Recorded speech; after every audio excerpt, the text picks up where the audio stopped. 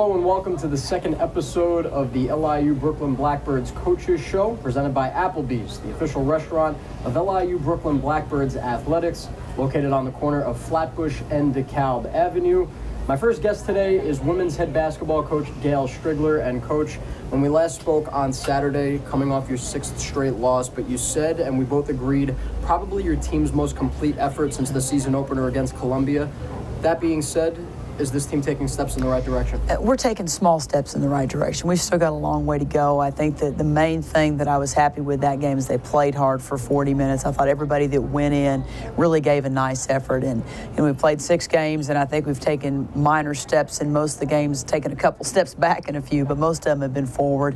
We just need to get a W, and I think the kids will feel better about themselves because they've been working hard. And as I've said all along, this is a great group of kids. They haven't given up. They've played hard every practice. They go in trying to get better, and if we'll just continue to do that, we'll have a chance in the end. With that record in mind, do you notice a difference in the overall demeanor of the team? What's the dynamic been like in practice and on days off in between games? They've been pretty good so far. You would think a team would start to get a little bit down on themselves, and I think that they're continuing to work, and I think it's a show of the character of the team that we have.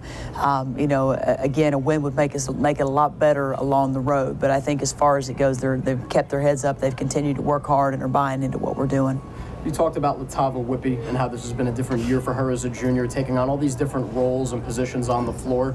Is there anybody else that you need to see do a little bit more of that, or somebody that needs to really break out to make more of an impact? Well, I don't know if anybody needs to take over or do any of that type of stuff during the game. We just need people to play their roles. And unfortunately, Tava's is playing the 1 through the 4, and that's a tough position to have to be in. Right now, we've had some injuries that have taken some people out, and so we've had to move from the 1 to the 4 to the 3 and the 2, which are her typical positions.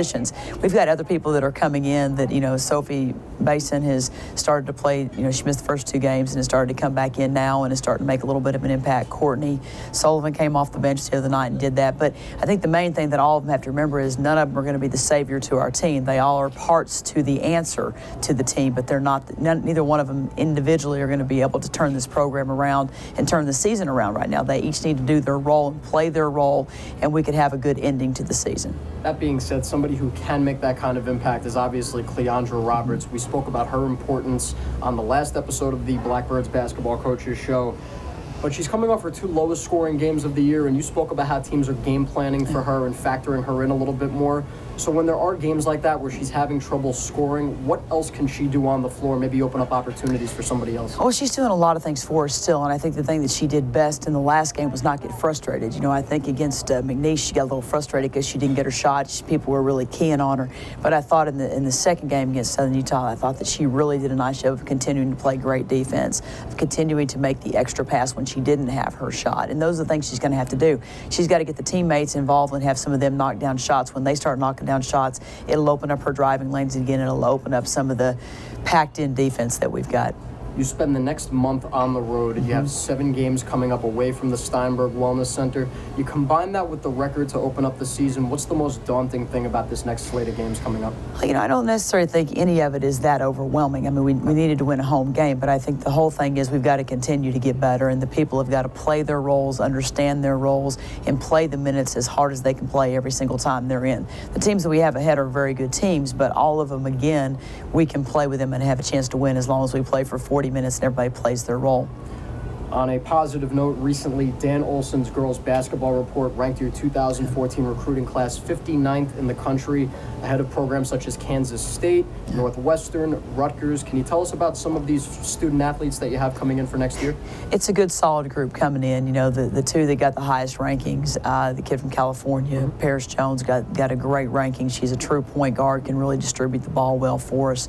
And then the scoring guard out of Drew Winter out of New Jersey is probably the highest ranked of the group, and she can play a little bit of point guard, but she's going to be an offside scoring guard for us. Can really take it to the rack, can shoot the 3, and has a mid-range jumper. So, it's a good, solid recruiting class. And we have a 4-player out of Florida that's athletic. She reminds me of Cleandra. When Cleandra came in, she'll have to do a little bit of adjusting to the college game, but it can be very good. And then a very athletic guard out of Texas that can really jump and run and fits well into our system. So it's an overall good group. We need to add 1 player late to finish off the recruiting class, but we're excited about the kids coming in and think they could be really good for us. Next game coming up, and final question for Coach. Penn on Thursday night. That starts this long road trip. What do they bring in terms of challenges to the court, and how has practice been the last day or two since that game on Saturday? Well, we were off on Sunday and we practiced yesterday. I thought the kids had quite a bit of energy.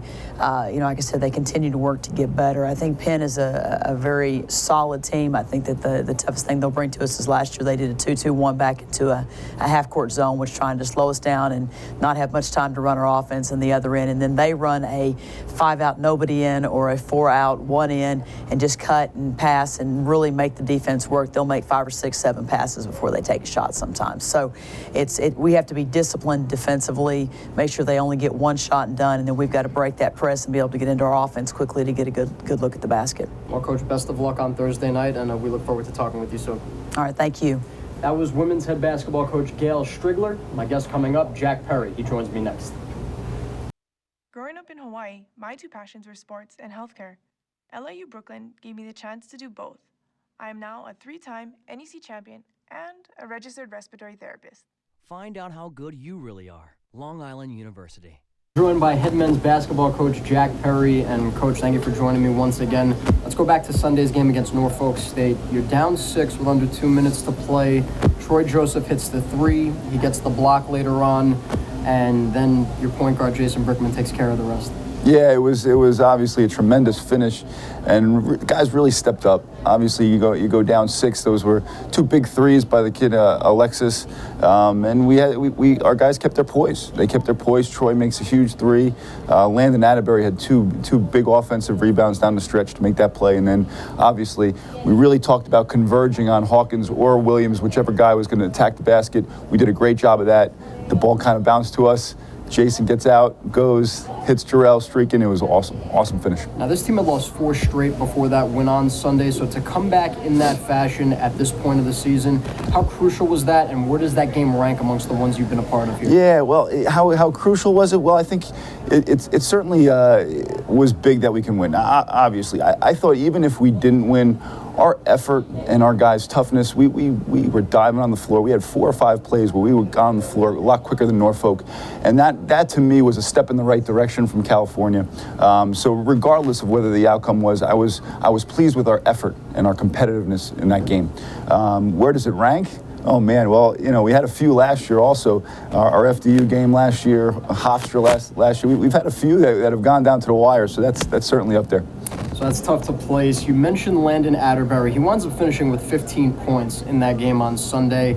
You talked about him earlier in the season, so what's the transition been like for him in his first year with the program? Because obviously you weren't sure what you were getting really right. When you start a new year. No, absolutely. And Landon's done a really good job. Like anything, it's a work in progress. Our whole team is a work in progress right now, and you've seen that with the ups and downs of the season already. But Landon's certainly been a part of that. He's been pretty consistent with his effort. He had a rough trip out in California. I had to sit down and have a little talk with him. We talked about some things that I needed him to do better, and he really came up big in that game. I was really impressed. I was reading the New York Post recently. They do a weekly roundup of all the local teams and where they rank.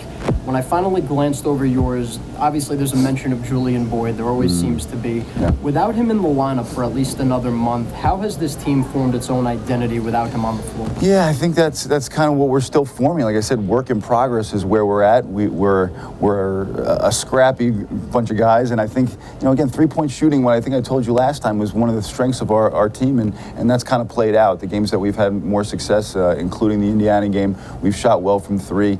The other games we haven't shot as well, and I think that's kind of going to be a mainstay of our team. We got to be a good 3-point shooting team. Defensively, I think we have to continue to get better. A lot of new pieces coming together. We're going to be undersized for most of the year.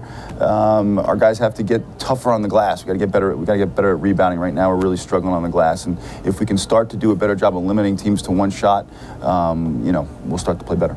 Obviously, the expectations for Jason Brickman very high coming into his senior year. He's basically playing the back of his basketball card again. I know that's something that you expected coming into the season, but do you think that there's more of a role for him now, or more of a responsibility for him to try and carry this team a little bit more? Absolutely. I mean, you're talking about some of the greatest players that ever played in this league, and Jamal Osaware, Julian Boyd, and I thought C.J. Gardner ranks right up there as one of the all-time greats at LIU, and you lose 3 of those guys, and now you just have Jason. So, yeah, the burden falls on him. He's certainly capable. He's been tremendous. He's a great leader with just his poise and the way he handles game situations. And he's shown that to this date, and hopefully the rest of the year he continues to do that. No rest for the weary. You have 2 games coming up later this week against Seton Hall and Lehigh. It seems like Seton Hall would be the tougher matchup, but you don't want to overlook Lehigh either. What challenges or problems do they bring to the table? Yeah, I haven't really looked at Lehigh yet. Obviously, Seton Hall is our main focus right now. They just had a tough game against FDU, who's in our league. But they're a really talented team. They have size. They'll be bigger than us at every position.